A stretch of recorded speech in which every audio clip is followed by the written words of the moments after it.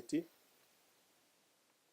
The Azimio la Umoja One Kenya Coalition was founded on specific ideals and principles, among others, justice, accountability, democracy, and social protection.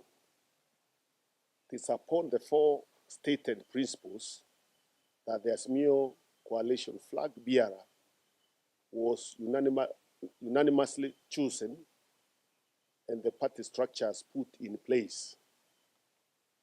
Unfortunately, and devoid of consultation or concurrence of the coalition, an Azimio-affiliated party has since donated its top officials for appointment as cabinet secretaries in the current government.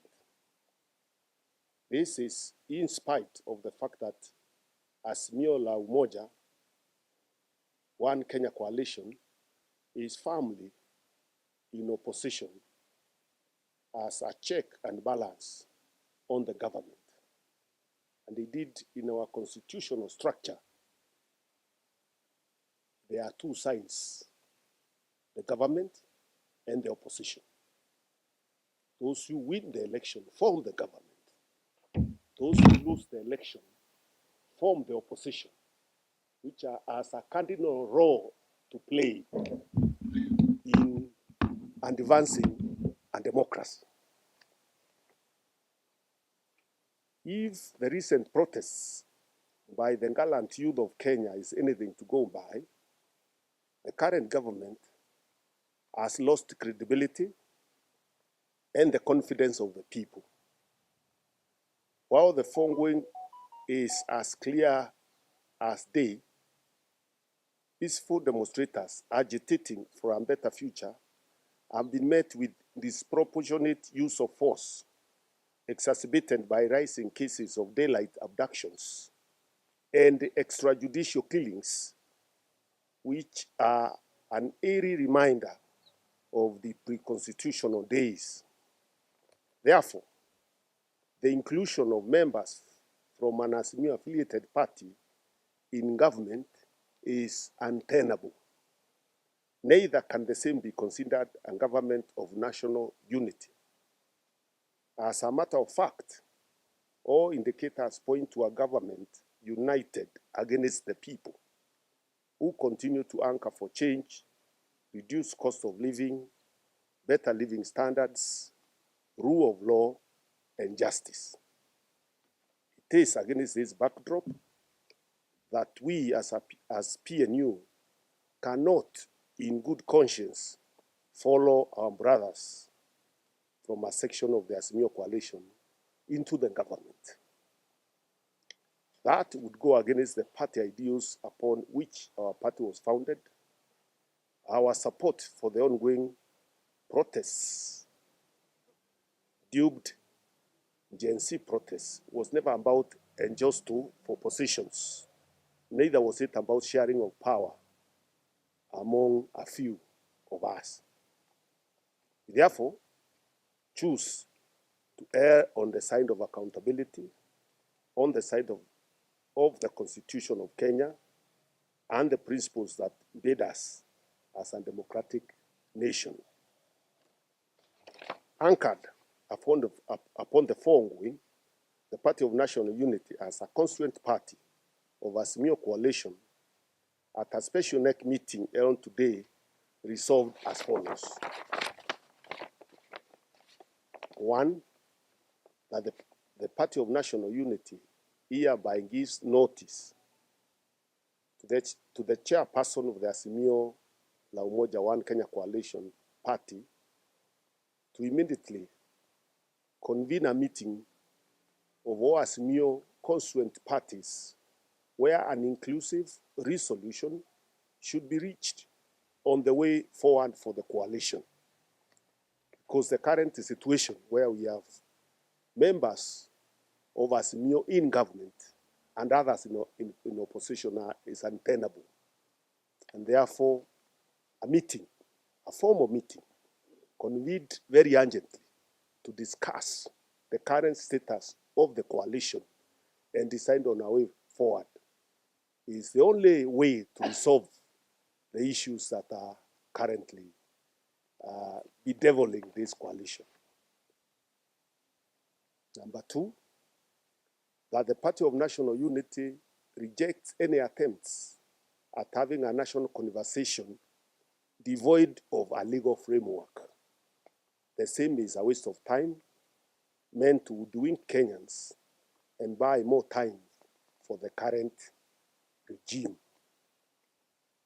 Number three, that the Party of National Unity stands for a strong and formidable opposition which is capable of checking government from without government and devoid of conflict of interest for the benefit of the people of Kenya. Number four, that any purported national conversation must be anchored in law and be preceded by the immediate release of all detained political prisoners. Indeed, we call them Gen Z who have been arrested and detained by political prisoners, for that is what they are. And the protesters. Compensation to the families of those who lost their lives and compensation to those who lost property. Number five, that the PNU demands for justice for all those who were maimed and killed by the police while exercising their constitutional right to picket, demonstrate, and protest. Number six, that the constitutional rights are not negotiable, and all Kenyan citizens with the will to continue protesting should feel free to do so. In this regard, we fully support the Nane planned protests. And we warn the police and whoever else may want to cause mayhem to desist from doing so. We have not suspended the constitutionally guaranteed rights of our citizens. And the fact that somebody feels that they have been able to move ahead by incorporating opposition into government is neither here nor there. We continue safeguarding our constitutional rights as guaranteed in the Constitution. Number seven, that in the interim, the Party of National Unity shall continue to hold talks with like-minded political parties towards the restructuring of the Azimio coalition. We are saying the Azimio coalition as currently constituted is untenable, and therefore we are already in discussions with other party members, including Jubilee and DAP and others, to see how to change the trajectory of that coalition. As currently constituted and the way the coalition is moving, it is taking us back to the dark days when we used to, whenever there is a problem, you would incorporate opposition in government, kill opposition, and then continue doing whatever you wanted to do. And it is important to make it clear that and our current constitutional setup, there is no way you can set a government of national unity. There is no animal like that in our constitution. If you read our constitution carefully and clearly, you will see there is no animal in the constitution called government of national unity.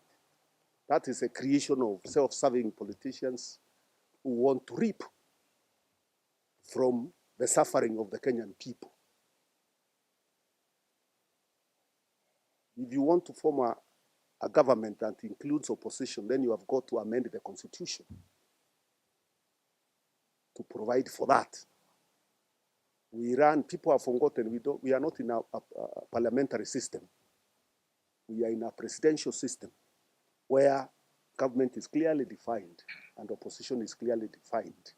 And the opposition seats are actually in parliament. That's where we have minority leader, deputy minority leader, whips.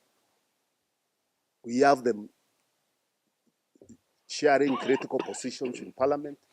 We don't have opposition in government. If you create an opposition in government, then you are going against the grain of our constitutional setup. You are creating a mumbo jumbo. That is not going to take us anywhere.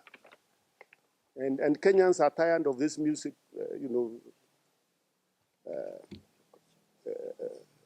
musical chairs where you move one chair this side and then you move it another side without addressing the underlying issues that are affecting the citizens. Our economy is in very bad shape. Companies are closing. Key gains that we have had for over the years are being watered down. Poor people can't take their children to school now. The insurance that people are relying on, even if it had some challenges, has been scrapped and something else created. We don't have medicine in our hospitals. Everything is crumbling. I don't think people went into the street to protest so that you can have an inclusion of a few people in government. That is why we are saying it is not a government of national unity. It's indeed a government united against the people. Tukifunga kwa Kiswahili tunasema fumbo mfumbie mjinga, mwerevu amekwisha jua